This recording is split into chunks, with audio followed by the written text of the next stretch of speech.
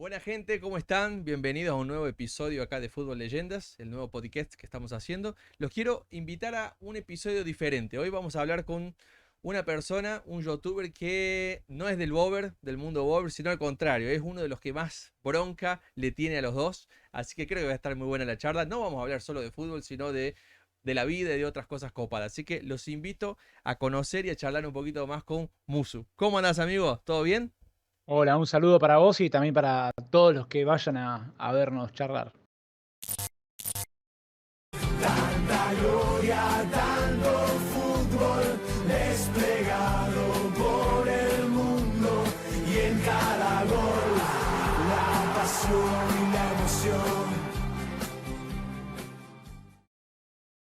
Te propongo un juego para que empecemos esta charla. Y la idea es la siguiente. Vos tenés que elegir el 11 ideal del fútbol argentino.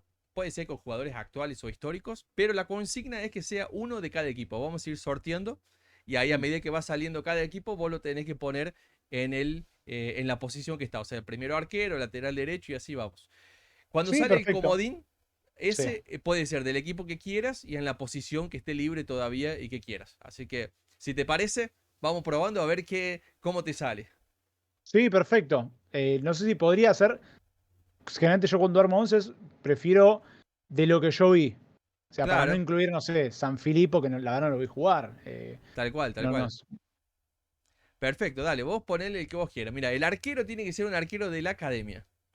De Racing, Sí, Saja.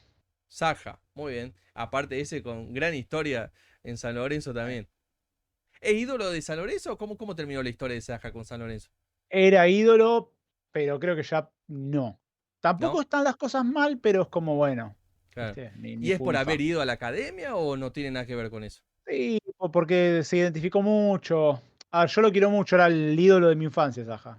Aparte un arquerazo, libra por Sí, libra, el coincido. mejor arquero que vi en San Lorenzo y el mejor arquero que vi en Racing. Si alguien ve esto, para mí Saja es mejor que Arias, es mejor que Torrico lo quiero más, pero como arquero Saja es de lo mejor que vi en el fútbol argentino en mi vida. Un monstruo, tenía absolutamente todas las virtudes que necesita tener un arquero. Sí, yo me acuerdo, campeonato 2001, 2000, toda esa época Sí. era arquerazos realmente. Bueno, vamos entonces al lateral derecho, a ver cuál va a ser el de Vélez. Muy bien, de Vélez. Lateral derecho de Vélez. Era el derecho. Ahí me agarraste, estoy pensando porque jugó muchos, muchos años Cubero, Sí, pero no lo es veo en un difícil 11 poner así. a Cubero en un once ideal, ¿no? Peruzzi anduvo bárbaro, el de Es Vélez, verdad. pero qué raro sería verlo ahí. Estoy pensando capaz que está en algún central que pueda jugar de 4, ¿viste? Eh, me cuesta, me cuesta. Bueno, podemos ir pasando a otro y después volvemos a Vélez cuando nos Dale, dale, acordamos también. dale, déjamelo Entonces, pensar un lateral poco derecho lo más. vamos dejando ahí. Es que el Vélez campeón de Gareca, que es el mejor de muchísimo tiempo, probablemente el mejor que yo vi, porque el de los 90 de Bianchi yo no lo vi. Sí, eh, Jugó siempre Cubero. No tal jugaba cual. mal, pero me parece mucho para un equipo así de un once ideal. Sí, tal cual. Bueno, uno de los centrales tiene que ser del Millonario, de River. Bueno, ahí me sobran. Estoy pensando. Me parece que. Maidana. Maidana entra por el River y vamos a ver ahora cuál va a ser el otro equipo del otro central. ¿De Newells o de Central? Me parece que va a ser de Central. Defensor de Central, che, no está tan fácil, ¿eh? Rosario.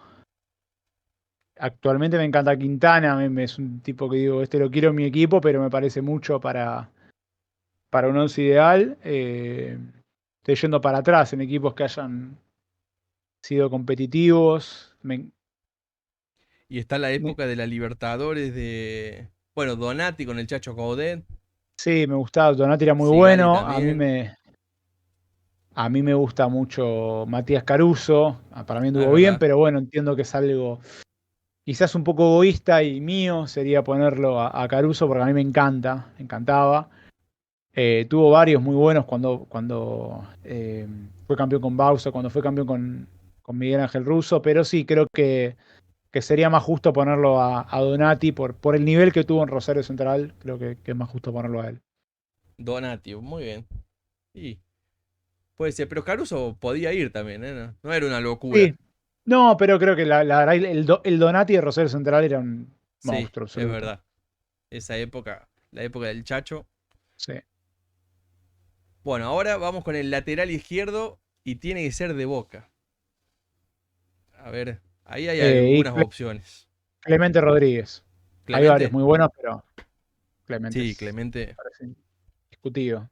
Bueno, en la mitad de la cancha, si vos querés armarla con 3 o con 4, podés armarla como con doble Sí, 5 y media punta, como vos quieras. Lo importante son los 4 centrales y después, bueno, te salió San sí. Lorenzo, che. Hay- ¿Quién va a ser el representante cuervo? Y Pichi Mercier. ¿El Pichi Mercier? Sí, Eh, gran tuvimos nivel. varios muy buenos, Lobo Ledesma, Michelini, pero Ortigosa, Michelini, por es verdad, supuesto, me acuerdo de Michelini. pero el mejor fue Mercier. Sí. Y en esa mitad de la cancha, dejando de lado todas otras cosas que no tengan que ver con el fútbol, pero para ese momento, ese equipo de la Libertadores, todo, ¿era Mercier era más importante que Ortigosa o era Ortigosa o era parejo los dos? Era muy parejo, pero Mercier fue el jugador que cambió todo. Fue el que ordenó todas las piezas y jugando de 5 era muchas veces figura. Así que Vos eh, sabés que ya coincido con eso. es un monstruo, un tipo que estaba en todos lados, que entendía, que veía los partidos antes de jugarlos y que tenía todo virtudes. No, era difícil encontrarle un defecto. Sí, Es tal más, cual. me hubiera gustado que llegue más joven todavía a San Lorenzo porque creo que hubiera merecido alguna oportunidad más en la selección, que si bien estuvo convocado, no todo lo que creo que hubiera merecido. Sí. Creo que Ortigosa terminó ofuscando un poco, digamos, la importancia de Mercier, pero la verdad que el Pichi era. Era más vistoso, Ortigosa Sí, metía pase largo, te pinchaba la pelota, te la metía bajo la suela, era guapo. sí, Mercier era un era poco más el líder ahí en la. laborioso, Claro. pero también era un tipo que no te daba un pase mal y que estaba siempre en todos lados. Era una cosa, un drupi. Y eso es Sí, muy importante para equipos que quieren ser competitivos, que quieren atacar, tener una rueda de auxilio que sea tan completo como él. tal cual, tal cual. Bueno, el próximo equipo que salió es el Pincha, Estudiantes. Así que ahí podés armar como segundo volante, mediocampista, bueno, lo que Y vos quieras. ahí Verón, Y sí, ¿no? discutido, un monstruo. Pero Monstruo. un animal realmente. Bueno, vamos a ver cuál es el próximo. Creo que difícil que alguien no elija a Verón en estudiante, ¿no? A menos que te salga Sí. defensor o alguna otra posición. Si no, Sí, podría siempre. haber estado Braña si no tenía un 5 de marca, porque también Claro, monstruo absoluto. Hoy me encanta Casíbar, pero Verón le cambió la vida a Estudiantes cuando volvió en sin duda. 2006. Sí. Bueno, y ahora de Newells. Otro mediocampista para A completar ahí ver, en la mitad de la cancha. Bueno, vamos a repasar sí, hasta el momento. Tenemos a Saja en el arco. El lateral sí, derecho lo tenemos que definir que va a ser de Vélez. Maidana, Donati, Clemente. En la mitad de la cancha está Mercier y Verón. Buen doble 5 ese. sí. Depende cómo lo armemos, porque podría, si es como si es, no sé si tiene que ser un volante más de marca, si sería un enganche, un mixto. Como a vos te parezca, lo que vos quieras. Podés jugar con 3 eh, adelante, con doble 9, con 2 adelante. porque podría ser tranquilamente, si es un enganche, podría ser el Piojo Manso, podría ser Ortega. Sí, el Piojo Manso, eh, jugadorazo. Son, la verdad que muy buenos los dos. Ortega en el News campeón estuvo en un nivel muy bueno. Eh, si es un jugador más para los costados, también tuvieron muy buenos futbolistas. Pero bueno, me quedo con, para no ir a la olla de Ortega, con el Piojo Manso, como un enganche o como un mediocampista Sí, más. espectacular, porque el Piojo Manso era un jugadorazo. Sí, Un que me poco quede como un olvidado. 4-3-3. Sí, Pero tal sí, cual. Muy bien. Bueno, ahora vamos entonces con. Si querés poner 3 delanteros, tiene que ser uno de los delanteros. Y si va a armar un tipo un cuatro sí, cuatro dos o algo así, podés meter algún mediocampista. Este es el comodín, así que puede ser del equipo que sí. quieras y para estas tres posiciones en la que vos quieras. De algún equipo que no haya salido, Sí, es más, si vos querés repetir a San Lorenzo, por ejemplo, lo podés hacer. o no lo puedo usar en el lateral derecho el comodín. Bueno, podría ser, no habíamos inventado esas reglas, pero puede ser. Ya que está libre el comodín, el lateral todavía, podés Mm, usarlo. Y ahí a Vélez lo ponemos en otra posición. sí. Y a ver, mejor lateral que. Porque la verdad, el mejor lateral que vi en fútbol argentino es el Negro Ibarra. Estoy pensando a ver si Tal pongo cual. otro para no repetir a Boca como equipo. Eh, Estoy pensando o en Independiente o en News y Rosario, ya los usamos. Eh, pero bueno, voy a poner al Tiburón Cerrizuela que jugó en Independiente, Ajá, campeón en el 2002. También jugó en San Lorenzo, pero sí. bueno, la verdad me parece de los mejores laterales diestros que he visto, con la mejor pegada, un monstruo absoluto en ese sentido. Buenísimo. Y entonces, a Vélez, ¿cuál va a ser el jugador de Vélez que vamos a poner? Y hay varios. Hoy no sé por qué me acordé de Castromán, que Castromán, ¿es era verdad? imparable. Así que vamos a poner como extremo derecho a Castromán. Tuvo también muchos jugadores muy buenos Vélez. Ujú, Frasquito Morales, me encantaba en el Vélez de Gareca. sí, Muchos delanteros muy buenos, pero tenía un tridente con Castromán, Rolly Zárate y Gracián, el que sale campeón con Russo, que eran todos tal cual. buenísimos. Sí, ese equipo jugaba bárbaro. Bueno, entonces Castromán y ahora de Independiente tendría otro delantero, Y el Silvera. Ni, el ni lo Cookie Silvera. dudo, ni lo Sí, dudo. tal cual. Cookie No sé Silvera ni juega siquiera si es bárbaro. del todo justo, porque estoy ignorando al Kun Agüero, Ah, es pero verdad. el Cookie Silvera, una maravilla verlo jugar al fútbol. Un 9 con técnica de enganche, elegante, tenía absolutamente todo. Y nada, Sí, ahí estoy siendo un poco capaz egoísta con mi forma de pensar. buenísimo. Bueno, y el último lugar, el punta izquierdo, sería para un equipo del Globo, de Huracán. Uh, Mira, si no hubiera elegido 9 hubiera puesto a Villa, a Tito Villa, porque como hincha de San Lorenzo lo sufrí muchísimo. A Eh, todo el mundo le cuesta encontrar uno de Huracán, che. no, tengo igual varios. Es más, voy a. Podría poner a De Federico, podría poner a Ah, es verdad. Puceto, pero creo que el mejor, que es un poquito forzado, pero no tampoco tanto me parece, voy a quedarme con el Flaco Pastore. Pastore. Ajá. Sí, puede ser, lo podemos. Se Mm. puede armar con el Piojo Manso ahí un doble enganche. Sí, Ponele. sí, sí, o Manso por izquierda, Manso, sobre todo cuando era joven, era más rápido y que quede Pastero como enganche. Tal cual. Bueno, quedó bueno el equipo, ¿eh? Entonces queda Saja en el arco. Ahí va. Cerrizuela, lateral derecho, con Maidana Donati, la dupla central, y Clemente por izquierda. En la mitad de la cancha, Mercier y Verón, con el Piojo Manso y bueno, y Pastore sería. Y después adelante, Castromán y el Cookie Silvera. Buen equipo. Bueno, vamos a ver Me qué le gusta, parece a sí. la gente, che. Sí. Después vamos a ver cuál. Sí, seguro después pensando me voy a acordar y decir, uy, no puse a tal, pero bueno, acá en una fracción de segundo uno trata de decidir y bueno, no estoy desconforme con el equipo que quedó. Muchachos, qué camisetita que tengo, ¿eh? La última Champions de Messi la ganó con esta camiseta en 2015 contra la Juve de Carlitos Tevez. En nuestra página, en futbolleyendas.com, vos te podés conseguir esta camiseta y un montón de camisetas históricas de Maradona, de la selección argentina, del Real Madrid, de Boca, de River, de lo que vos quieras. Tenemos muchas camisetas en stock que la podés elegir en el catálogo y comprártela. Y si no, la podés pedir y después de algunas semanas te llega y te hacemos la entrega. Así que la calidad siempre es excelente. Si vos querés hacer tu compra directa internacional, podés ir a Progress Shop y hacer la compra. Pero si vos no querés, la querés comprar ya en Argentina a través de Mercado Pago para no tener que andar, viste, haciendo importación, aduana, FIP, qué sé yo, bueno, entra a Fútbol Leyendas. Ahí elegís tu camiseta, la compras. Si hay una camiseta que vos querés y no está, ponete en contacto con nosotros, pedila, que nosotros te la podemos traer y te la podemos entregar. Así que las camisetas son impresionantes, de una calidad excelente. En la descripción está el link, es solo clicar y comprar. Te quería preguntar ahora, digamos, tu infancia y tu amor por San Lorenzo. ¿Cómo fue que surgió? ¿De dónde viene? ¿Es tu familia, que vos sos cuervo? Ya de chiquito mamaste a San Lorenzo. ¿Cómo surgió? tu Sí, desde pasión. que tengo uso de razón es un mandato familiar de mi viejo, por supuesto, que aparte mi viejo un gran evangelizador de agarrar a mis primos del lado materno y tratar de hacer los cuervos, de venir a mis amigos a casa. Ha llevado a varios amigos míos a la cancha que no eran de San Lorenzo para tratar de transformarlos.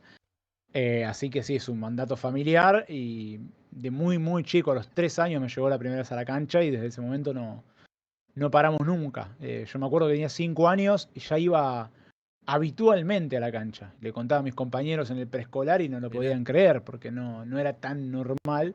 Si bien siempre hubo chicos en la cancha, no tan chiquitos y con la habitualidad que iba yo. Así que digamos que vino de ese lado, que hubo equipos que me gustaron más, que momentos que me enganché más, que me desenganché, pero siempre digo que me terminé como de enganchar mal, de querer ir siempre a la cancha, de no querer faltar, si bien ya había ido mucho con el 2007, con el equipo de Ramón Díaz, que era un equipo que volaba, que jugaba bárbaro, que tenía absolutamente todo lo que podía necesitar. Quizás no era el más tiquitiqui, el más lindo, pero era extremadamente sí. completo. ¿Ya estaba D'Alessandro en 2007 o es 2008 No, D'Alessandro? no, no, no. El equipo Ese ese de era la Ramón Gata Díaz Fernández, era más. estaba ahí, ¿no? Sí, era Pocho Lavesi, Silvera, Sí, era Burrito Rivero, Malego Ferreira, Lobo Ledesma, que tuvo un claro, sí. semestre, ese semestre de Lobo Ledesma es de lo mejor que he visto, un rendimiento individual en mi vida. Jugaba muy bien ese equipo. La verdad que sí, tenía un muy buen equipo. Sí, me acuerdo. Buenísimo. Bueno, ¿y el fútbol siempre te volvió loco ya desde chico o cómo o fue con el pasar del tiempo o sea, ¿qué vino primero? ¿Vino San Lorenzo y después el fútbol o fue ya, digamos, el gusto por el fútbol que primero vino? No, primero San Lorenzo. Creo que tuve la primer camiseta que era una con el cuervito que San Lorenzo tenía en ese momento, antes de haber jugado a la pelota. Eh, Mira, Así que después sí, sobre todo con la primaria, me enganché mucho con jugar al fútbol, pero primero fue pues ser hincha de San Lorenzo. sí. ¿Y cuál es el momento si vos tenés que decir, che, la verdad que no necesita ser el principal logro de San Lorenzo, pero sino que para vos fue especial ese día que vos dijiste, che, loco, acá toqué el cielo con las manos, realmente un momento, un partido especial que quedó marcado a fuego, viste, en tu memoria. No, la verdad que hubo muchos. Hubo partidos con Boca que, me acuerdo el Boca de Bianchi, que le ganaba a todo el mundo, campeón del mundo, imparable. E iba a San Lorenzo con equipos muy pobres y les ganaba. Y uno que creo que fue con gol de Walter García y otro con gol de Zabaleta, que fueron dos seguidos, dos pibes del club. Y me iba maravillado porque era yo fui chico en los 90, finales de los 90, principios de los 2000. Boca era reconocido en el mundo, estaba en su mejor momento, Tal estaba cual. Macri, estaba súper poderoso, el resto estaba lejísimos. Y ver que San Lorenzo le ganaba y le ganaba y le ganaba. Yo iba al colegio, era casi el único de San Lorenzo y eran casi todos de Boca y me volvían loco y pasar la infancia así, había que tener aguante porque ¿qué le podías decir a un hincha de Boca que le había ganado el Real Madrid? Y ver que les ganábamos y les ganábamos y les ganábamos, eso fue algo que me fue marcando, pero la cancha te marca mucho, ver el aliento constante, las canciones. Me encantaba también la libertad. Era parecido salvando grandes distancias, obvio. La cancha es como nuestra mini purga, ¿viste? Como es la Ajá, película de Estados Unidos que tenés 12 horas para cometer delitos. Yo era un chico de 6 7 años, iba a la cancha y cantaba, estoy borracho, estoy sí. drogado, salgo, te voy a matar, insultaba. Y mi papá insultaba al lado, mi papá que nunca dice malas palabras, un tipo, pero recontra correcto, recontra educado, y puteaba al lado mío. Y decía barbaridad, yo ver eso era como, loco, ¿cómo me gusta esto? Esas 2 horas de libertad Esa para impunidad. transformarte en un monstruo y después volver a la vida normal era algo que también me encantaba. Sí. Pero hay algún partido en especial, así que vos decís, che, loco, la verdad que este partido para mí es lo máximo que me tocó vivir. Hay muchísimo. Yo creo que siempre cuando te preguntan, ¿viste el gol más gritado? Lo primero que se me viene a la mente es el 3-2 a Newell's, que San Lorenzo se estaba yendo a la B en ese momento. Ajá, Perdía 2-0 con Newell's. Ya quedaba prácticamente condenado al descenso. San Lorenzo con Caruso Lombardi, Newell's con Martino de técnico y un equipazo que venía de ser campeón. y San Lorenzo se lo da vuelta, puro sacrificio, huevo, no tenía mucho más que eso, y casi sobre la hora, Gigliotti hace un gol de cabeza y nunca escuché un grito de gol así. Yo Ajá. en el entretiempo de ese partido me senté en la butaca ya a pensar en los viajes al interior, en que había que ir a Puerto Madryn, en si íbamos a tener visitantes, en si hacía River, estaba en la B en ese momento, Claro, en que subía River y bajamos. O sea, yo me sentí derrotado.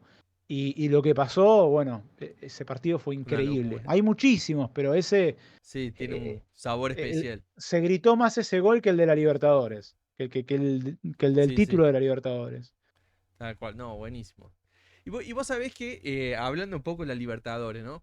El equipo, viste, Bausa quedó muy marcado como ser un equipo defensivo, que jugaba fiero, a ganar medio a cero. Y yo no estoy para nada de acuerdo con eso. Yo me acuerdo de haber visto ese equipo y lo que pasa es que la semifinal y la final le tocó no jugar con equipos tradicionales. Pero yo me acuerdo porque yo vivo en Brasil hace 20 años ya.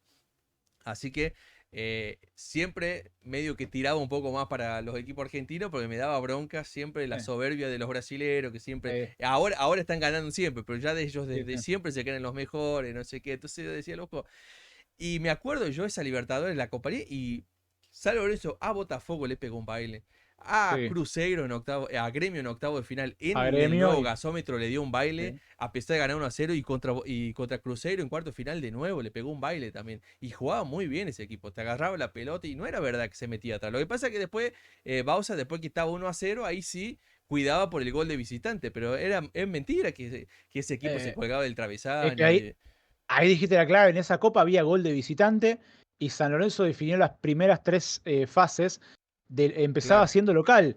Entonces vos ganabas 1-0 y de visitante sabías que si hacías un gol el otro te tenía que hacer tres. Era mucha ventaja ser local.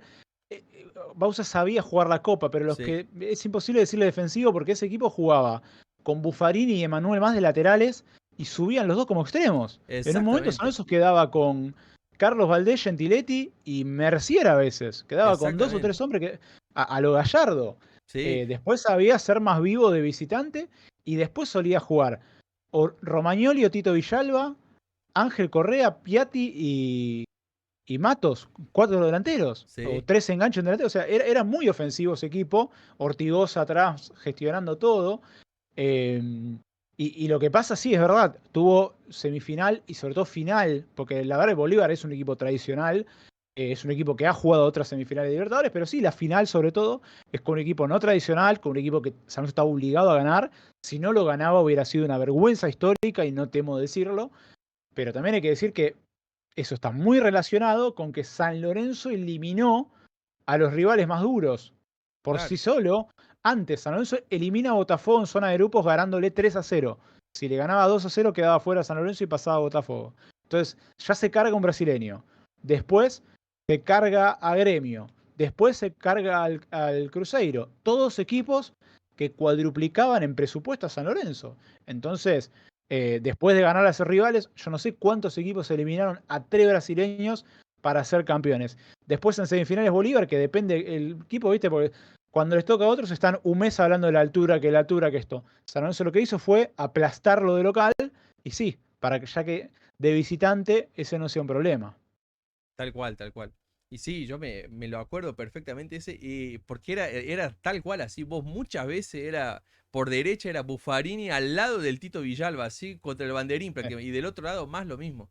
No era Sí, verdad que se colgaba atrás, pero bueno, es como esos mitos que quedan instalados y después no los sacás más. Siempre, sí, una vez que está puesto el mote, sí. siempre queda lo mismo. Y eso un poquito me da pie para lo que te quería preguntar sobre un mito, o sea, de esas cosas instaladas en el fútbol que para vos es realmente un mito, es una mentira. Una cosa que vos decís, loco, esto todo el mundo está medio que creído que esto es así y en realidad estoy seguro que no es así, estoy convencido que no viene así la mano. Referido al fútbol, a San Claro, Lorenzo, sí, al fútbol en general, qué sé yo, por ejemplo, quedó instalado que River se fue a la B porque Pasarela se peleó con Grondona, por ejemplo. Para mí eso es un mito, no, me parece que no fue por eso, pero qué sé yo, alguna cosa así que a vos digas, che, loco, esto es una de la selección. a nivel fútbol en general, creo que es injusto que se diga que los argentinos somos soberbios. Que hay Ajá. argentinos soberbios, sin lugar a dudas, pero hay soberbios de todas las nacionalidades. No creo que sea una característica principal del argentino y creo que el último mundial es una gran demostración. Los líderes son Scaloni y Messi, son dos tipos recontracentrados y ni siquiera el Dibu Martínez, que es otra gran representación, es soberbio. Será así, picante, hará cosas para beneficio propio, que son para distraer a rivales, pero fuimos campeones del mundo y nadie salió a decir Francia no existís, a agarrarse. O sea, la realidad es que eso me parece que es un mito, una Ajá. exageración, que a veces puede estar relacionado con algún argentino turista que a veces sale del país y va a otro lado, como viste, pretendiendo que lo traten como si fuera un rey, pero estamos hablando de situaciones que son más bien excepcionales y en general creo que el argentino es de tratar bien a la gente, y el jugador argentino, salvo excepciones, y especialmente los de la selección, son, me parece, pibes recontracentrados que por eso son campeones del mundo. Tal cual. Buenísimo. Y ahora lo opuesto, che. Por ejemplo, una teoría conspirativa que para vos no la tenés confirmada, pero que elegís creer, ¿viste? Esas cosas que, qué sé yo, que por ejemplo, como Caruso dice que Mascherano le pegó una trompada a Pavón en el Mundial, o esas cosas que está instalado, pero no se sabe si realmente pasaron o no. Y vos decís, esto yo creo. No sé si algo puntual, pero a lo general, lo que generalmente los jugadores dicen que es mentira que hay equipos que van para atrás. Ajá, Y yo estoy 100% convencido de que hay jugadores que van para atrás. No siempre, pero que hay partidos puntuales donde literalmente se dejan ganar. O van a y, empatar, no hacen un gran sí. esfuerzo, o trabajan a reglamento. ¿Y Eso te parece que lo 100%. hacen eso generalmente por plata? eh, O- porque no quieren al técnico, ajá, o porque están peleados con la dirigencia, por diferencias económicas. Pueden tener varias razones. Generalmente son esas dos. claro, sí. ¿Y cómo vos te llevas con el tema del folclore en el fútbol? ¿Sos alguien que... ¿Cuál es el límite del código, digamos, de che, loco, la verdad que cargar apenas termina un partido, o joder con esto, joder con aquello, todo vale, ¿cómo lo ves? En líneas generales me encanta, me parece que hay que cuidarlo, que hay que protegerlo, que lamentablemente estamos sobre todo ante una nueva generación que a veces es extremadamente sensible y que habría que divertirse un poco más, incluso con lo de mis propios equipos, a veces haces un chiste, no está la situación, ¿viste? Pero bueno, a veces hay tantas malas noticias que una forma de digerirlas un poco más fácil es aplicar un poquito de humor sin que eso sea que estás cargando un equipo al otro. Me parece que es fundamental, que hay que cuidarlo. Yo creo que no hay que, a ver, los límites son la violencia, los límites son, yo creo que si un equipo desciende, le tenés que dar unas 24 hasta tal vez una semana de duelo. Creo que las Sí, cosas muy, muy graves, como sería un descenso, yo por ejemplo, tengo amigos de River, de Independiente, y el primer día no lo tenés que ir a cargar. Ya sí, está, ya descendió. Peor que eso, no hay nada que le puedas decir. Dejalo hacer su duelo, respetalo, y después ya lo vas a ir cargando, tenés una vida para cargarlo. sí, no caduca, así que no, Sí, no hay urgencia. sí. Bueno, che, y vos sabés que vos como tal vez sos en el mundo, principalmente de youtuber, pero en el mundo futbolero argentino en general, debes ser tal vez el hincha de San Lorenzo del Cuervo, uno de los más, digamos, más famosos, la voz más autorizada, así que todo el mundo escucha, che, loco, vamos a ver lo que Muso dice de San Lorenzo, lo que está pasando, de todo esto y cosas. Y yo te quería preguntar, para vos, ¿qué es la identidad de San Lorenzo? O sea, si vos me tenés que explicar, loco, esto es San Lorenzo. ¿Cómo se describe? ¿De qué se trata San Lorenzo? Difícil explicarlo en una palabra o en una frase. Yo creo que San Lorenzo es familia. Yo creo que San Lorenzo es, ¿cómo decírtelo? Es un equipo donde nosotros tenemos una frase que solemos usar mucho, que si no se sufre no vale, porque la verdad que hemos sufrido toda nuestra historia por una cosa o por la otra. Es pasión, es, es así, pero no tiene una explicación. Hay una canción que habla de eso.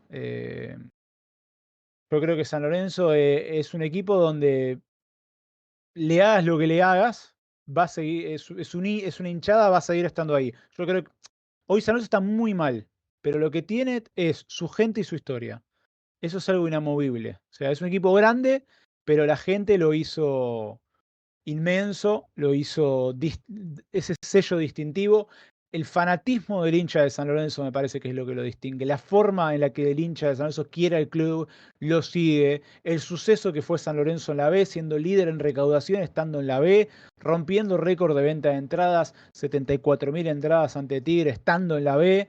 eh, Perseguir al equipo San Lorenzo estuvo casi 20 años sin cancha y el hincha seguía yendo a donde sea, a Vélez, a River, a Racing, a donde lo mandes. Y haber tenido esa resiliencia, si se quiere decir, me parece que también es un sello muy distintivo que lo hizo recuperar la cancha, que lo hizo recuperar el predio en Avenida La Plata, llevar 100.000 personas a Avenida de Mayo, siendo la marcha más grande de la historia del fútbol argentino. Creo que es eso, que es la gente. San Lorenzo, más allá de los títulos, los jugadores, San Lorenzo es su gente. Sí. Y la vuelta a Boedo tiene una importancia enorme, me imagino, para ustedes.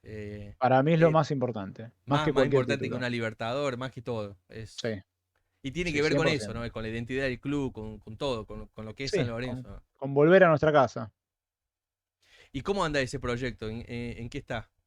Lento, lento, casi pausado. Lamentablemente, los únicos avances de la Vuelta a Boedo son siempre en momentos de inestabilidad institucional que se utiliza justamente la Vuelta a Claro. Boedo para tratar de distraer, de venderte espejitos de colores, pero la realidad es que fácticamente no hay un proyecto, no está resuelto prácticamente nada y no hay un norte muy claro que haga pensar a alguien que pueda estar el estadio construido ahí en 2, 3, 4 o 10 años incluso. Claro, todavía no, o sea, es todo, no es, digamos que la política del club todavía lo sigue tratando como una jugada de marketing, digamos, el tema. No. 100%. Pero calculo que para la hinchada, para ustedes es algo muy importante. Y mismo así no están consiguiendo torcer o sea, hacer que movilizar a la dirigencia a que lo tome en serio el tema. Para mí es una cuestión de estado, pero bueno, lamentablemente muchas veces el fútbol se lleva todo puesto, los resultados son muy malos hace muchos años y la situación económica es crítica.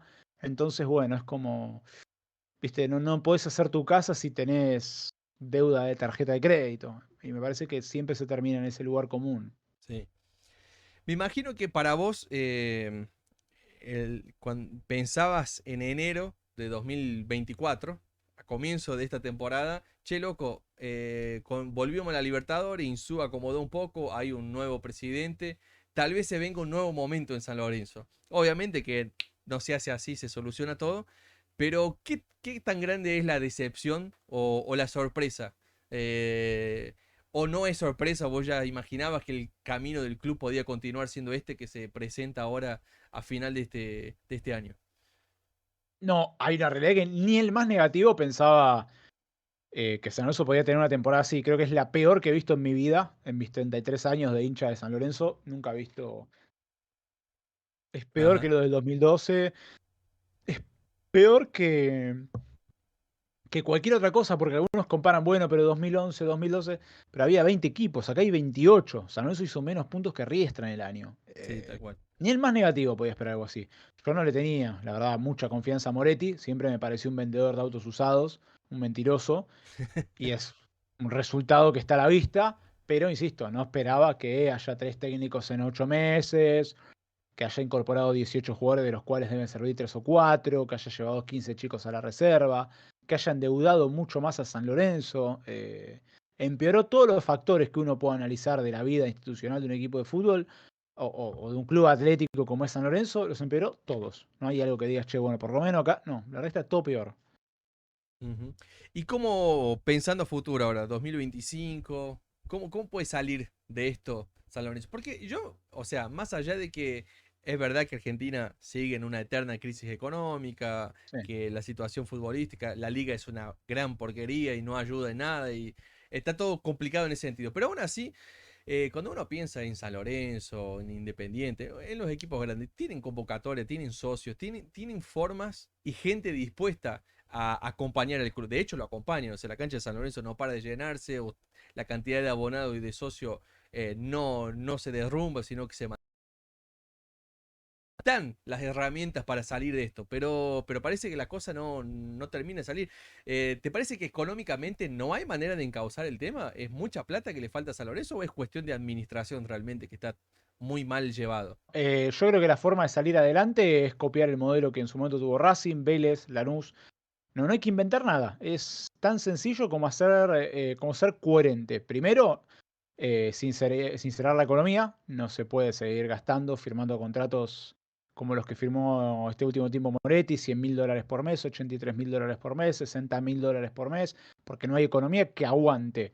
Entonces, lo primero es sincerar la economía. Y lo segundo es hacer un proyecto serio y profundo de inferiores para que te vayan surgiendo chicos, los vayas vendiendo y de esa forma vas estableciendo, pagando deuda, ordenando la situación financiera del club, que repito, es lo que hizo Racing, vendió un chico atrás del otro, Fariña, Vieto, Centurión, los Suculini, los hermanos Cabral, Musso en el arco, aparte sacó uno por posición, Gómez, Sí, y más adelante Lautaro, y más acá Avilés, Ojeda, o sea, eh, con un buen proyecto. Lo mismo hace Vélez. Para mí, yo siempre digo, Vélez, Lanús y Racing son los tres equipos con mejores inferiores del país. Sacan un chico atrás del otro. A Vélez se le lesionó Thiago Fernández, parecía que era una catástrofe, y Mael Carrizo fue una de las figuras de la final. Y antes de eso tenía a Julián Fernández, y antes de eso tenía al chico Prestiani que se fue mal, y siempre le aparece otro, siempre le aparece otro. Entonces, eso es trabajo. Vos con un buen laburo, copiando lo que hacen esos clubes.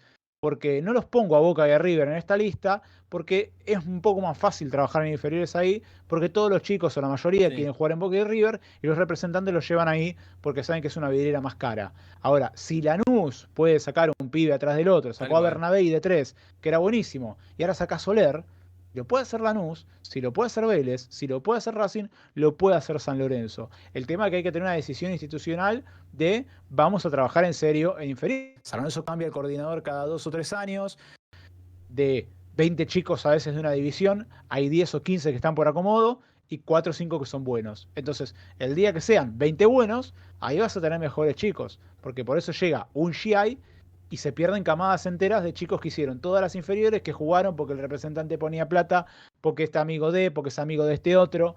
La forma de salir adelante es sincerar la economía, dejar de gastar más de lo que te entra y hacer un proyecto muy profundo de inferiores, con el cual de a poquito vas vendiendo chicos, los vas mostrando y entendiendo que quizás por varios años no vas a competir, no vas a ser campeón, pero vas a ordenar el club. Cuando ya lograste más o menos una estabilidad financiera, el próximo chico que vendas lo vas a usar para comprar un jugador más caro, capaz. Pero no es una ciencia exacta. Hay que copiar lo que ya se hizo y lo que ya funcionó. Muy bien, sí. ¿Y crees que la sociedad anónima puede ser un camino, una salida o todo lo contrario? No, no. A ver, yo no me parece mal que si los quiere emplear otro club lo haga. Creo que habría que buscar un punto medio entre el extremo que quiere Tapia de nada y el extremo que quiere el gobierno nacional de todo. Y quizás decir, bueno, que pueda hacer hasta, repito, yo en mi club no lo quiero nunca. Pero otro club si quiere, bueno, que imiten el sistema alemán, que es como ir a mitad de camino, 51% socios, 49 inversores, si se quiere así decir, porque no quiero los sistemas extremos que hay en Europa, en algunos países de Sudamérica, donde te pueden cambiar el escudo, donde la SAD, si no le funciona, vacía literalmente el club, lo lleva a la quiebra para recuperar al menos lo invertido y volverlo a vender quebrado. No quiero eso. Y en San Lorenzo no. Muchos seguramente van a decir, y pero con este sistema no les va mal igual. Lo que pasa en Argentina es que no hay justicia, porque vos en Argentina, fundís un club y no pagás ningún costo. El problema es de justicia, no de modelo. El día que un dirigente vaya en cana por afanarse de la guita de un club, lo más probable es que el resto se empiece a cuidar un poco más. El tema es que como no pagan ningún costo, vos vas a un club, te lo robás todo y seguís tu vida como si nada. Coincido, sí, tal cual. ¿Y pensás que, o sea, para el fútbol argentino puede ser una salida para que salgamos de esta mediocridad, de este quilombo que tenemos? ¿O no va a pasar por ahí? No es ahí que está la solución de lo que hace falta. No, el problema del fútbol argentino es que no sabemos qué hace Tapia con la plata, porque el fútbol argentino recauda. Es el que mejor recauda. La selección argentina acaba de salir un estudio comparando todos los clubes del mundo y todas las selecciones del mundo. La selección del mundo mejor sponsoreada es Argentina. Mejor que Barcelona, mejor que Real Madrid, mejor que España, mejor que Brasil. Ninguna selección cobra tanta plata por sponsors como la Argentina. Es Ajá. multimillonaria la AFA. Campeón del mundo, campeón de Copa América. Se han recaudado solamente en eso y en las giras por Asia cerca de 200 millones de dólares. Las preguntas es ¿dónde está esa plata? ¿Cómo puede ser que la Liga de Uruguay, de Perú, de Paraguay, de Chile pagan más que nosotros? ¿Cómo puede ser que el campeón de la Copa Argentina gane 60.000 dólares y el campeón del torneo argentino gane 500.000? El Sí, problema es absurdo. que la plata está mal repartida. El día que la plata la repartan un poquito mejor, ahí se va a empezar a solucionar. Y otro problema son la cantidad de equipos. La torta es una, supongamos, no sé, $1.000.000. Si vos tenés 20 equipos, se reparte de una forma. Si vos tenés 30, va a ser menos plata para todos. Entonces, hasta que no se reduzca la cantidad de equipos, van a ser todos más pobres. Sí, tal cual. Coincido 100% con eso. Bueno, te quiero hacer un desafío ahora, otro más, pero este es un desafío picante. Quiero que vos me digas 3 jugadores de la selección argentina, puede ser actual o de la historia, que están sobrevalorados. Y después 3 jugadores que están infravalorados. Esos 3 jugadores que, che, loco, la verdad que se los pone en un lugar de superestrella o de jugador importantísimo, o que jugaron muchísimos partidos en la selección. No, no vamos a hablar de, qué sé yo, del Chino Garcés, si tenía que ir al mundial o no, que es una boludez. Sino jugadores picantes. Debo decir, che, loco, la verdad que eh, es considerado uno de los jugadores top y no, para mí, ni en pedo. No, no debería estar ahí. Eh, de cualquier selección hablamos. De la selección argentina, de la historia de la selección Sí. argentina. Puede ser actual o antigua. Y en los últimos años, Mascherano me Ujú. parece muy sobrevalorado. Tuvo un muy buen Mundial 2006. Tuvo un buen Mundial 2014, pero pésimo 2018 y creo que el balance no es tan bueno. Y me parece que sí, que en la selección ha sido un jugador demasiado sobrevalorado, que por eso estuvo tantos años y por eso lamentablemente lo sufrimos mucho tiempo. Eh, Estoy pensando otros, porque Buen hay nombre algunos que ese, bastante gente sí. coincide con vos en eso. Yo tengo uno, por ejemplo, que es polémico y para mí Canigia. eh, Para mí Canigia es sobrevalorado como un jugador top, top, top y me parece que fue muy poquito lo que hizo. El gol en el Mundial 90 y no mucho más. El tema que no, ahí hay una historia que no conocemos, como que pasó en el 98, con él, con Redondo, se perdieron buenos jugadores, algunos hablan de que es por el corte de pelo, y también la última imagen de Canigia siendo expulsado en el Mundial 2002 es un poco dura, pero bueno, me parece que ya había pasado quizás su mejor momento. Ujú. Eh, Estoy pensando en otros, que estén sobrevalorados.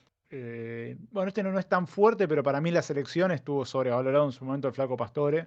Pastor, sí, Eh, totalmente. Buen jugador, pero se hablaba como si fuera Sí, el tal cual. renacimiento del Buen 10. Me nombre. parece un jugador recontra sobrevalorado para lo que es la Sí, ¿te selección acordás en la Copa argentina. América 2011? La gente, la Eh, cancha coreando Pastor, Pastor, mamita. eh, eh, y a ver, y te podría poner a Biglia, sin pensar mucho Ujú. también me parece Biglia. que tuvo un rendimiento aceptable en el Mundial, que se gana el puesto solamente porque Gago no tenía marca y daba un poquito más de equilibrio, y me parece que se Sí, lo valoró exageradamente por un rendimiento normalito y que también eso le dio un lugar en el Mundial 2018 donde no tal cual, debería coincido. haber estado.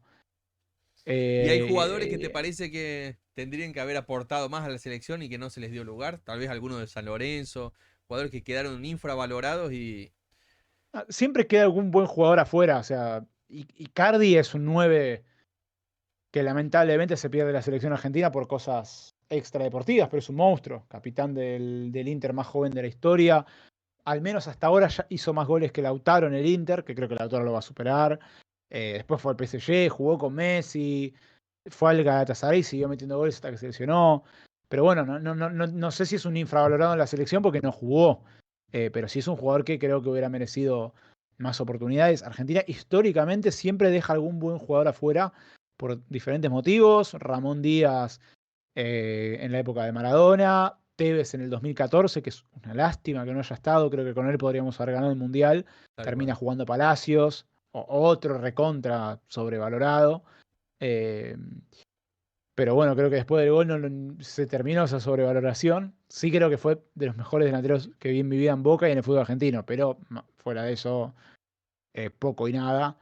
Después, infravalorado en la selección. eh, bueno, el Pocho Lavezzi.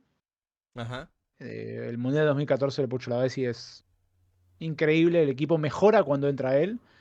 Era el mejor jugador de la final y bueno, nunca en la vida vamos a saber por qué salió la verdadera razón. Aparte entra Agüero lesionado y sin poder moverse. Agüero claramente es mejor, pero no estaba para jugar.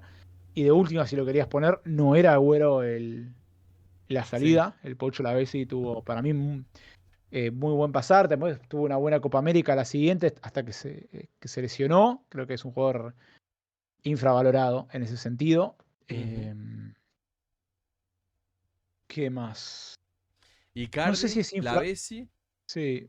No sé si... Este creo que no es infravalorado, sino que creo que el fútbol ha sido exageradamente injusto con él, que es el Pupi Zanetti. El Pupi Zanetti para mí era Es verdad. uno de los mejores Totalmente. laterales del mundo en 2006 y no va al Mundial. Que el Pupi Zanetti no haya ido al Mundial 2006 es una canallada, es una locura Tal cual. imperdonable. Y lo mismo que no haya ido en 2010, pero más grave lo del 2006. Sí, sí, sí. Ahí Argentina se perdió un lateral. Pupi Zanetti en 2010 es campeón de Champions League, siendo titular en el Inter y capitán, y no va al Mundial. Y lo peor de Inexplicable. todo, que Sí. en el Mundial 2006 el lateral derecho es Burdizo, y estaba, creo que Cufré, Scaloni como Es opciones.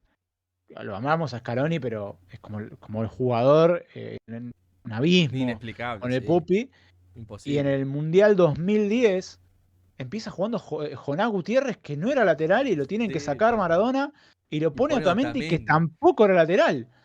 Entonces creo que claramente, no sé si es infravalorado, porque creo que se valora como es como jugador, pero claramente en la selección no, porque se le quitó, me parece que no hay un jugador con el que se haya sido tan injusto como con Pupi Zanetti, que perdió demasiado tiempo en la selección, demasiadas citaciones por este tipo de cosas. Creo que podría ser un jugador recontra infravalorado en ese sentido.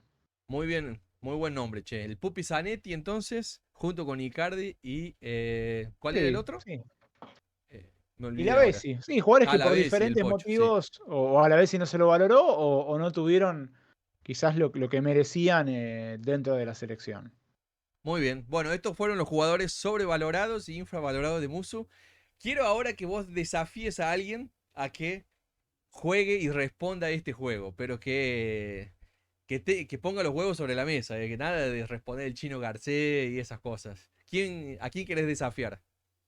Y alguien que te puede decir una barbaridad, que me encanta lo que hace y lo quiero mucho, es el Vasco Gorrochatei. El Vasco. El Vasco sí, es un Buenísimo. tipo que puede ir a la casa de Entonces, Mascherano a decirle pecho frío en la cara. Lo amo el Vasco, así que estoy un grande seguro el que con el Vasco. Mascherano va a coincidir. Vasco, está hecho el desafío, tenés que venir acá a Leyendas y responder cuáles son tus jugadores sobrevalorados y infravalorados de la selección argentina. Bueno, Bueno, amigo, para terminar yo te quería preguntar algunas cosas ahora, dejando un poco el fútbol de lado, y hablar un poquito sobre tu vida y las cosas que son importantes para vos. De la parte que tiene que ver con la política, la economía, la sociedad, ¿son temas que te ocupan, que te importan, o vos sos alguien más, digamos así, que no se mete tanto en esos asuntos? Todo el mundo tiene sus posiciones, pero hay gente que eh, se interioriza más, se profundiza más sobre eso y otros que dicen, no, la verdad que esto no es mucho lo mío. sí, me gusta la política. No hablo mucho, salvo que cuando está relacionada con el fútbol. De hecho, yo creo que gran parte de mi contenido es política en el fútbol. Chiquitapia Ajá. en AFA, Moretti en San Lorenzo, Lamens, Riquelme en Boca. Yo creo que una deuda que tienen los periodistas deportivos en general es que están muy aislados de este tema, que desconocen mucho. Y me parece que es importante porque la política rige el fútbol. La política a nivel club y a veces también la política a nivel nacional. Hoy hablamos de Milei queriendo impulsar la SAD. En otro momento, Alberto Fernández que tenía un acuerdo político con Tinelli que no se llegó a realizar. En otro momento, el gobierno de Cristina con el fútbol para todos. En otro momento, Macri con Armando Pérez. Pero claramente todos de una u otra forma intervinieron políticamente. Así que me parece que es un tema importante. Y también un tema importante como ciudadano. Creo que si todos se involucraran un poquito más, no pasarían muchas cosas que nos han pasado en los últimos 20, 30 años. Pero sí, me gusta, pero repito, cuando no necesito hablar, trato de meterme lo menos necesario o hacer una crítica a cada lado de la grieta para que nadie se sienta agredido, porque es un tema que sensibiliza mucho y que lamentablemente a veces se le da el lugar del fútbol a la política, ¿viste? Está el Claro, fanático de muy Macri, está el fanático de pasional. Cristina, y la política no tiene que tener fanatismos. Porque vos Y, votaste a Macri, no te gustó lo que hizo, no lo tenés que volver a votar. En cambio, yo de San Lorenzo voy a hacer toda la vida. Vos votaste a Cristina, no te gustó lo que hizo, no la tenés que volver a votar. En cambio, el club de fútbol no cambia, la política sí, tiene que poder cambiar, tiene que ser más, tiene, qué sé yo, voluble, como pasa en Estados Unidos, que debería ganarse el mismo partido, y sin embargo no, evidentemente hay republicanos que a veces votan demócratas y demócratas que a veces votan republicanos, o que eligen cambiar eh, para algo mejor. y la política para vos, o sea, vos no la encarás así, vos no tenés una bandera tan así definida, fanatizada. Obviamente que todo el mundo tiene sus ideas, sus preferencias, pero viste que hay gente que defiende a muerte, tal cual como vos decías, como un equipo de fútbol. Básicamente, yo soy esto y no importa lo que pase, a veces pareciendo hasta medio ciego. Vos te parás un poco, digamos así, en un punto más intermedio, o sea, sos capaz de ver cosas positivas y negativas de ambos lados. Sí, sí, como te digo, la política me gusta mucho. También las cuestiones que tienen con la opinión. Hay algo que se llama el sesgo de convencimiento, que es que uno empieza a buscar a veces informaciones que confirmen lo que uno piensa y las que no la confirman las ignoramos. A ver, no sé, yo pienso que tal político es un chorro. Y todas las notas que digan eso las voy a leer y las que ignoren eso, listo, no, eso no lo miro. Y me parece que eso es importante, saber lo que todos tenemos ese sesgo y que está bueno ver o escuchar a los que no piensan como nosotros, porque a veces te ayudan a ver la película completa. Yo no. Primero, igual, yo creo que ya las nuevas generaciones, quizás si esto lo hablábamos hace 20 años, eras peronista o eras radical, con una mayoría clara de peronismo. Y eso se terminó, ya no hay una estructura bipartidista en Argentina. Yo, mis amigos, casi ninguno es peronista, creo que hay uno que es radical. El resto no se sienten representados por un partido. Algunos podrán tener ideas, entre comillas, más de derecha, más de izquierda, pero yo ni siquiera creo en eso. Yo creo que la derecha Ajá. y la izquierda son dos construcciones basadas en dividir a la sociedad, en que estemos discutiendo nimiedades, cuando en el fondo yo creo más en la gestión, en la capacidad y en la honestidad. Si vos tenés un político capaz y honesto, que no afane y que no cometa gravísimos errores y que esté formado para ayudarnos a vivir mejor, debiéramos vivir mejor. Más allá de si es más de derecha, más de izquierda, no es algo que me vuelva loco y que repito, creo que son conceptos que están más instalados en dividirnos, en que estemos discutiendo esto, lo otro, cuando en realidad hay cuestiones objetivas que no son tan difíciles para hacernos vivir un poco mejor. Sí, coincido tal cual. Y eh, la actualidad, o sea, pasó un año del gobierno de Milei, creo que era una situación, digamos, bastante novedosa, porque es un personaje, o sea, una persona distinta, digamos, a todo lo que venía, con un discurso un poco distinto, pasaron cosas diferentes y ¿te sorprende cómo está Argentina en este momento, lo que está? ¿La veías, pensabas que podía estar peor, que podía estar mejor? ¿Te parece, te preocupa, te deja esperanzado? ¿Ves que se puede caminar? ¿Cómo ves la situación? No, a ver, primero naturalmente me preocupa como argentino saber que mucha gente la está pasando mal. Hay gente que hace muchos años igual la está pasando mal. Creo que lo que está pasando era algo que sabíamos que en algún momento iba a pasar, con Milei o con otro gobierno, que era un ajuste brutal, porque había una realidad que, como en todo en la vida, no se puede gastar más de lo que uno genera. Entonces era una cuestión que uno o el otro, yo creí que lo que está haciendo Milei lo iba a hacer Macri, y no se atrevió, y seguramente si lo hacía Macri hubiera sido mucho menos doloroso y lamentablemente creo que ahí se perdió mucho tiempo. Eh, pero la verdad es que hay puntos positivos y negativos. La verdad, yo creo que la inflación está bajando objetivamente, y me parece que es algo bueno, más allá de que los primeros 4 o 5 meses del año la inflación fue durísima, fue muy notoria, también los últimos meses del año pasado, y Ajá, claramente mucha gente se quedó afuera, claramente al no imprimirse plata se secó el mercado, pero eso genera que mucha gente la esté pasando muy mal. Creo que entiendo la lógica que busca el gobierno, que es el déficit cero. El tema que a veces en una lógica que es coherente, falta sentido común. Hay cosas que están mal, como haberle quitado los medicamentos a los jubilados gratis al 100%. Si bien repito, cada cosa me la pueden discutir, porque por ejemplo en ese caso era un descontrol. Yo conozco mucha gente que iba y sacaba medicamentos de a 10 y los iba repartiendo en la claro, familia, aprovechando eso, y eso no estaba bien, pero la solución no era sacarlo, la solución era controlarlo. sí. Eh, entonces, creo que hay cosas positivas, como que está bajando la inflación, como que se está empezando a ver un movimiento de una mejora en el consumo que no se veía en meses anteriores, que muchas cosas eran necesarias o inevitables, pero que faltó empatía con la sociedad y que mucha gente se está quedando afuera del sistema y va a ser difícil después reintegrarla. Entonces, nada, espero por el... Yo lo que no puedo entender es que haya gente que quiera que le vaya mal a Milei o que quería que le vaya mal a Alberto para tener razón. Yo lo que espero es que le vaya bien, que le salga, que todo esto Tal cual. resulte en una Argentina que genere más empleo, que genere más posibilidades, que esta baja de inflación que se está viendo sea constante, y que bueno, si el sufrimiento de este primer año vale que los próximos años sean mejores, bueno, valió la pena pasarlo, pero ahora, bueno, espero un año, que el año que viene sea mucho mejor que este. Sí, buenísimo. Y en tu vida personal, ¿vos sos alguien que te interesa, digamos, la filosofía, los temas más profundos, religiosos? ¿Sos creyente? ¿O eso es algo que vos no perdés mucho el tiempo en profundizarte en eso y sos más pragmático, más en vivir la vida, en lo que te ocupa de tu día a día, en tus objetivos, trabajo, etcétera? ¿O te pones a pensar en un poco en la religión, en Dios, bueno, en No, todo sí, eso?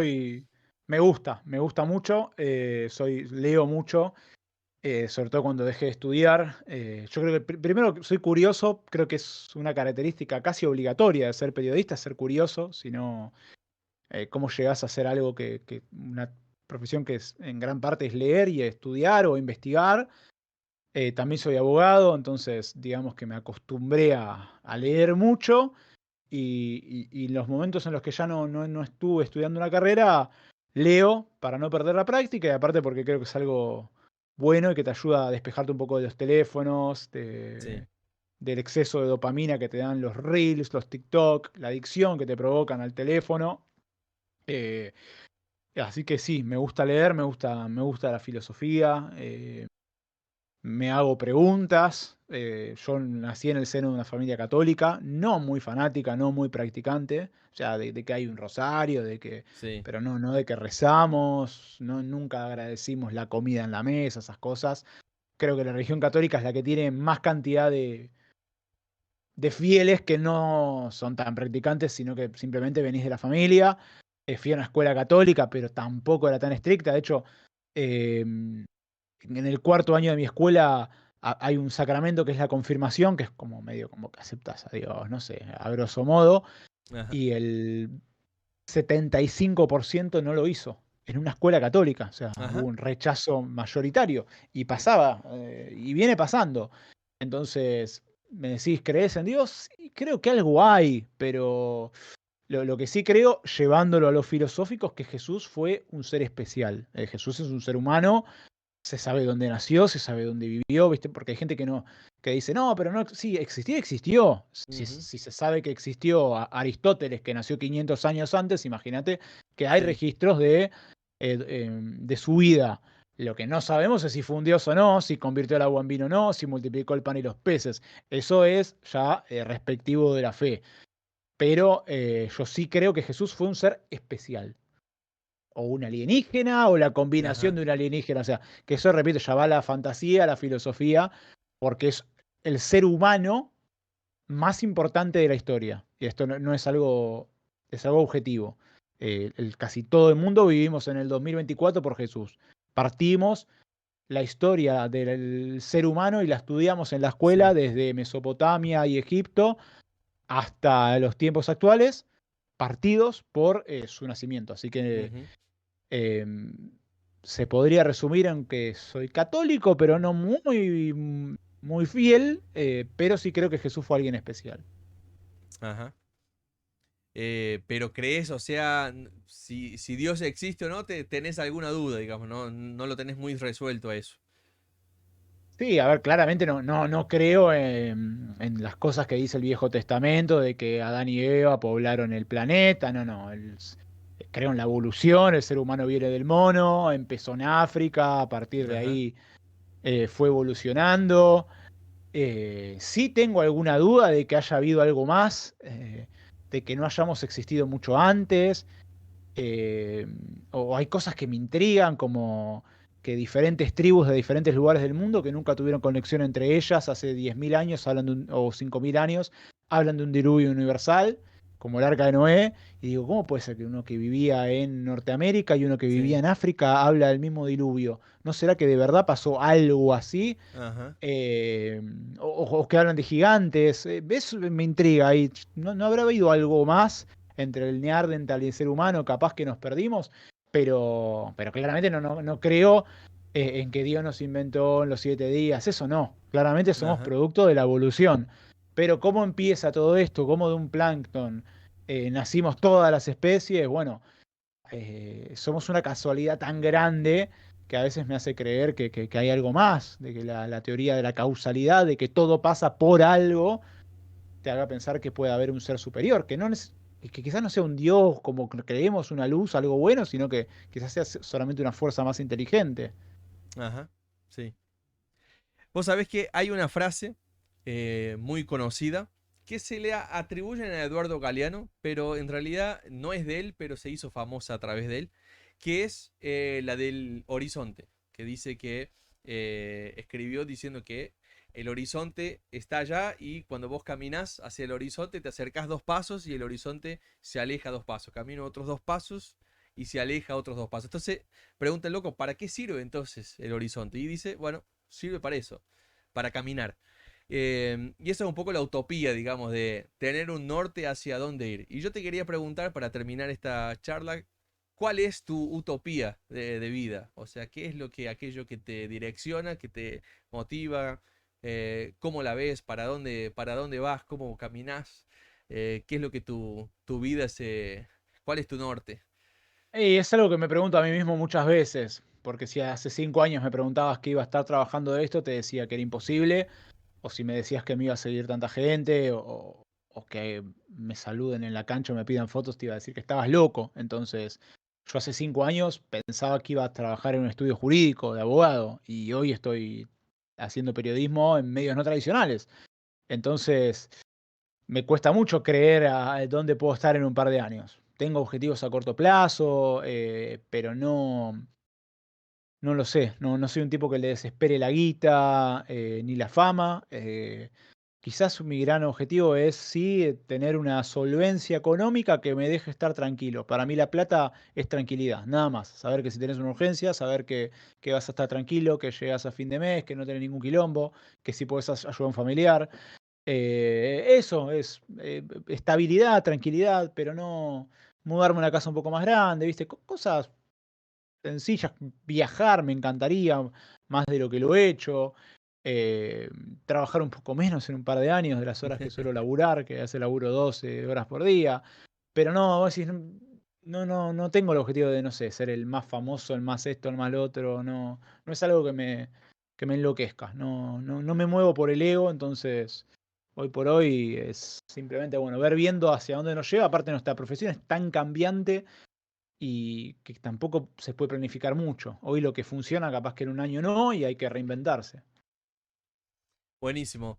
Musu, te agradezco enormemente que hayas participado en el día de hoy. Y bueno, te deseo que el 2025 sea un año excelente para vos, para tu familia, para todos tus queridos y bueno, que se cumplan tus deseos y tus objetivos.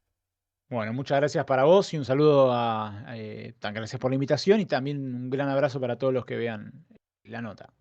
Buenísimo. Gente, nos vemos en el próximo episodio. Un abrazo.